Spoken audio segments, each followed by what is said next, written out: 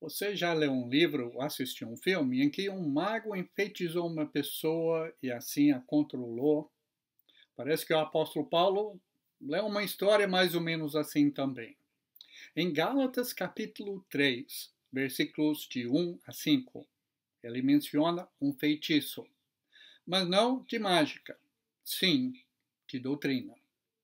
Ele faz uma série de perguntas para os leitores gálatas para que eles percebam a grande diferença entre a boa nova de Cristo, que eles tinham recebido lá no princípio da sua conversão, e o sistema falso que estavam adotando. Esta série de perguntas era o jeito de Paulo começar a quebrar as garras das ilusões, como disse um comentarista a respeito desse trecho. Paulo está fazendo de tudo, na verdade, para tirar os Gálatas da beira da morte espiritual. Como faria um médico tomando medidas extremas para salvar uma vida?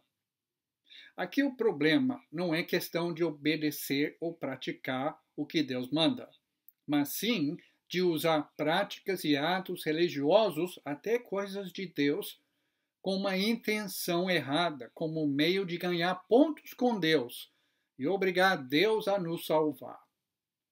Vamos agora ler o nosso texto e vamos ver depois 3 aplicações desse texto para a nossa fé. Gálatas 3, versículos de 1 a 5. Ó Gálatas insensatos! Quem foi que os enfeitiçou? Não foi diante dos olhos de vocês que Jesus Cristo foi exposto como crucificado? Quero apenas saber isto. Vocês receberam o Espírito pelas obras da lei ou pela pregação da fé? Será que vocês são tão insensatos que, tendo começado no Espírito, agora querem se aperfeiçoar na carne? Será que vocês sofreram tantas coisas em vão? Se é que, na verdade, foram em vão. Aquele que lhes concede o Espírito e que opera milagres entre vocês, será que ele o faz pelas obras da lei ou pela pregação da fé? Vamos ver agora 3 aplicações aqui desse texto para a nossa vida em Cristo e para a nossa ação espiritual. Primeiro, vamos ver a tarefa da Boa Nova. Esta tarefa é explicar com detalhes a crucificação de Cristo. Voltando ao primeiro versículo, Paulo disse: não foi diante dos olhos de vocês que Jesus Cristo foi exposto como crucificado? A palavra exposto indica que Paulo pintou um quadro para os Gálatas do ato e do significado da crucificação de Jesus. As versões traduzem esse verbo de várias maneiras, como uma descrição clara ou descrição perfeita, ou uma explicação muito clara. A ideia do verbo é de tornar um assunto público e de colocar esse assunto de forma distinta e clara para que todos possam compreender. O que isso significa para nós? Nós não podemos titubear ou ficar vagos na comunicação da verdade de Deus. Temos que falar muito claramente para as pessoas o que Deus fez e o que Deus espera de nós. E todo assunto nessa área espiritual precisa remeter, precisa voltar para o centro da nossa fé, o Cristo crucificado.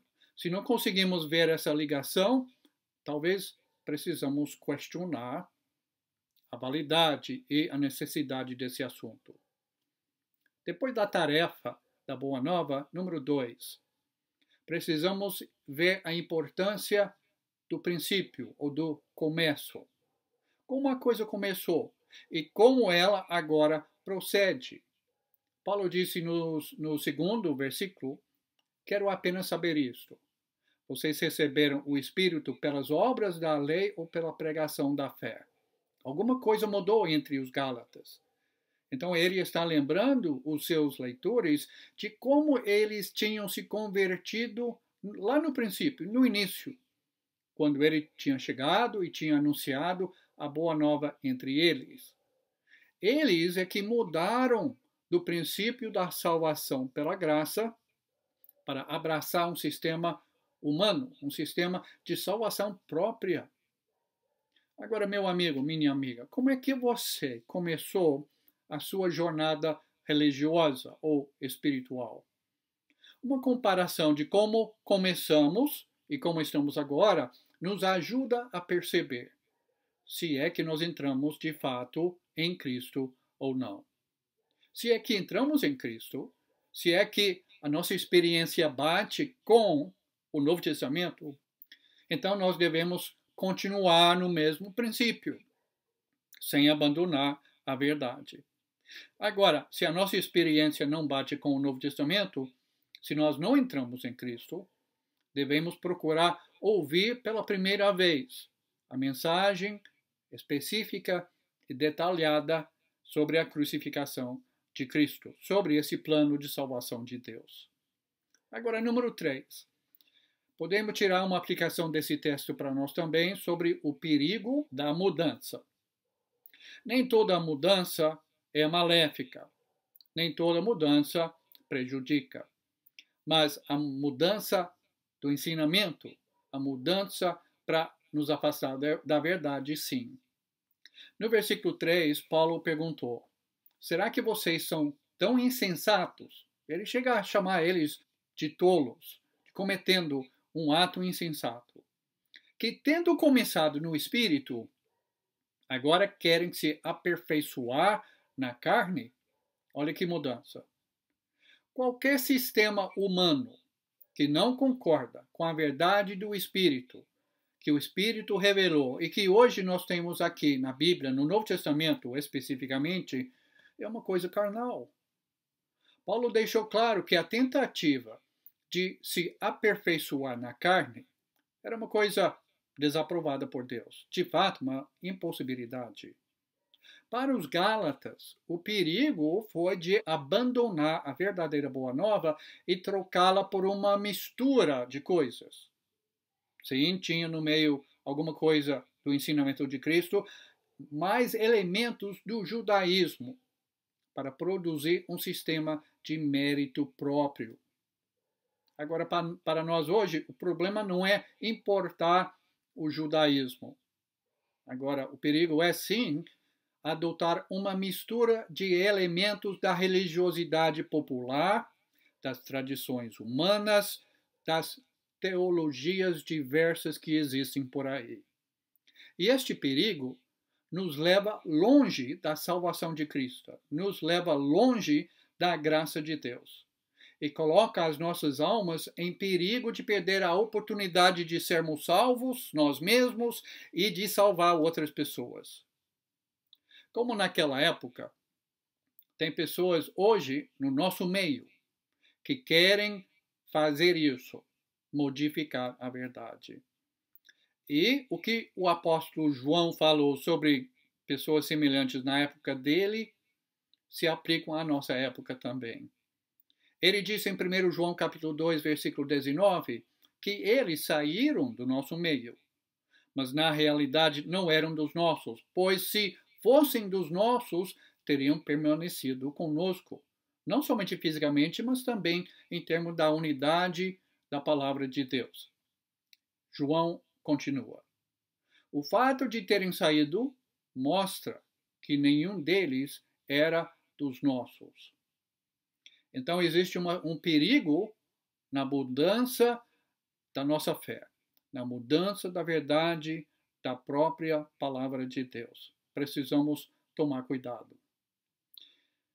E agora, para concluir, o que isso significa para nós? Vamos tirar essas lições.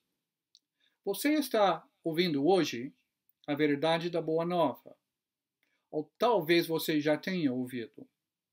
Agora, esta mensagem será em vão, no seu caso, por causa de uma mudança sua, ou se você não é um seguidor fiel a Cristo, por causa de uma falta de mudança, no seu caso. Este foi o questionamento de Paulo. Mas ele não estava pronto ainda para aceitar a perda dos Gálatas. No versículo 4, ele perguntou: será que vocês sofreram tantas coisas em vão? Se é que, na verdade, foram em vão, ele ainda mantinha a esperança da recuperação dos seus leitores. Talvez você, meu amigo, minha amiga, esteja seguindo uma religião que mudou a simples mensagem do Novo Testamento. Neste caso, é necessário sim mudar, converter-se, deixar o que você estava seguindo para seguir somente o que a Bíblia ensina. Então, faça como os Gálatas fizeram lá no princípio, no começo das coisas. Eles ouviram e obedeceram a mensagem sobre o Cristo crucificado. Número 3, uma outra aplicação para nós aqui desses princípios. Deus não continua fazendo milagres hoje como fez pelas mãos daqueles apóstolos no primeiro século. Mas ele continua assim, concedendo o seu Espírito Santo como garantia da salvação. Podemos ter Deus habitando, sim, hoje na nossa vida. Como ele perguntou no versículo 5 do nosso texto, aquele que concede o Espírito e que opera milagres entre vocês, será que ele o faz pelas obras da lei ou pela pregação da fé? Então, precisamos dessa pregação da fé. Precisamos abrir mão pelas obras de mérito, pelo nosso próprio sistema. Podemos até falar na graça de Deus, mas podemos estar seguindo algo que é nosso. Nesse caso, o nosso sistema é um sistema do orgulho humano, que Deus não vai aprovar. Portanto, vamos obedecer. Vamos crer na mensagem e vamos responder. Vamos nos arrepender, vamos ser imersos na água a fim de ter o perdão dos pecados e vamos nos dedicar na família da fé à obra de Deus. Vamos fazer isso para que nós possamos ter o sangue de Jesus que ele derramou na cruz, purificando todo o nosso pecado.